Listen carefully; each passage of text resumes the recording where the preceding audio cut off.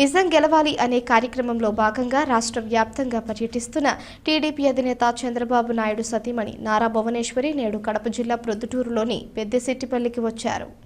ప్రొద్దుటూరు మండలం పెద్దశెట్టిపల్లి గ్రామంలోని 1వ వార్డు మెంబర్ కూరపాటి రాధా చంద్రబాబు నాయుడును అరెస్టు చేసిన సమయంలో గుండెపోటుతో మృతి చెందారనే విషయం తెలుసుకున్న నారా భువనేశ్వరి నేడు కూరపాటి రాధా ఇంటికి వెళ్లి వారి కుటుంబాన్ని పరామర్శించారు. తెలుగుదేశం పార్టీకి కార్యకర్తలే అండగా ఎల్లప్పుడూ ఉంటున్నారని, కార్యకర్తలను ఎప్పటికీ తెలుగుదేశం పార్టీ విమర్శించదని నారా భువనేశ్వరి తెలిపారు. ఈ సందర్భంగా 3 లక్షల రూపాయలు కూరపాటి రాధా కుటుంబ సభ్యుల పేరు మీద బ్యాంకులో డిపాజిట్ చేసి ఆ పత్రాలను రాధా కుటుంబ సభ్యులకు భువనేశ్వరి అందజేశారు.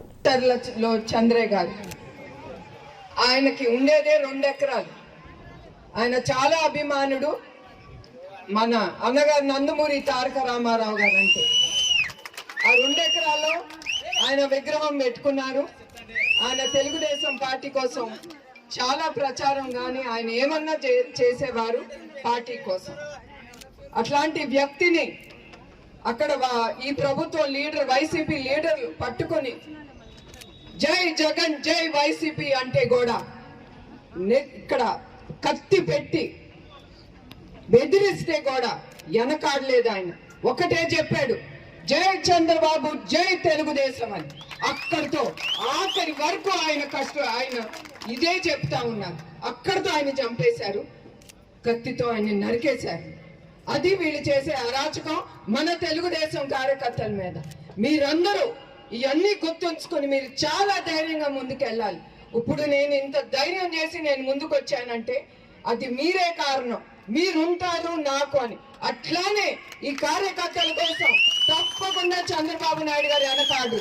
నా కుటుంబం కూడా ఆలోచించేది మీకోసం ఆయన ముందుకు వస్తారు. ఇప్పుడు అట్లానే మన పార్టీ కోసం మీకోసం కార్యకర్తలందరూ ముందుకొచ్చి మీ కాన్స్టిట్యున్సీలో మీరు పోరాడాలి. ఇది తప్పదు.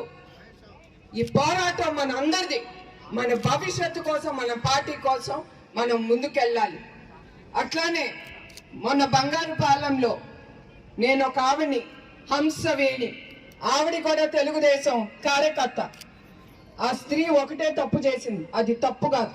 ధైర్యంగా ఆవిడ నీళ్లు రావట్లేదు, పంపులో కొడతా ఉంటే నీళ్లు రావట్లేదు, ఆవిడ ఏం లేదు చేసి మన తెలుగుదేశం లీడర్కి వెళ్ళి చెప్పుకుంది, ఇట్లా నీళ్లు రావట్లేదు పంపులో.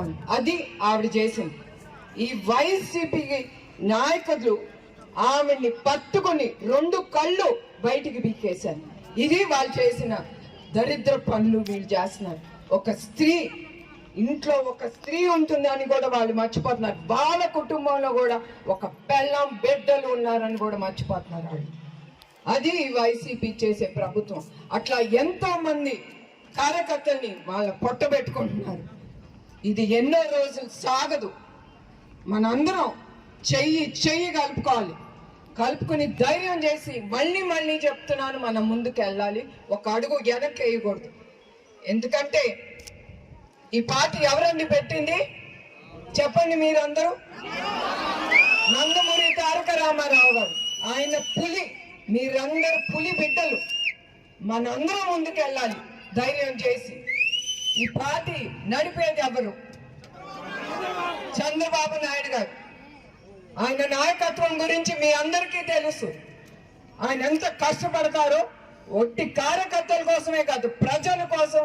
చివరికి ఆయన చూసేది రాష్ట్రం కోసం, దాని అభివృద్ధి కోసం, అందరికి ఉద్యోగాలు రావాలని, అందరూ ప్రతి ఒక్క కుటుంబం సంతోషంగా ఉండాలని ఆయన కోరుకునేది.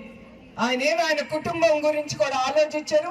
ఆయన కుటుంబం కూడా ఆయన్ని ఏమి అడగరు, మాకు అది కావాలి ఇది కావాలి. దేవుడి దయ వల్ల మేము సంతోషంగానే ఉండిన దాంట్లో మేము సంతోషంగా ఉన్నాం.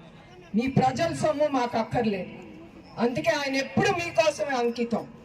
ఇంకొకటి, ఈ తెలుగుదేశం పార్టీ ముందుకు తీసుకెళ్లేది ఎవరు? కార్యకర్తలు. ఈ పసుపచ్చ లక్షలాది సైన్యం మీరు తీసుకెళ్తారు ఈ తెలుగుదేశం పార్టీ ముందుకు. అది నేను కోరిక మిమ్మల్ని.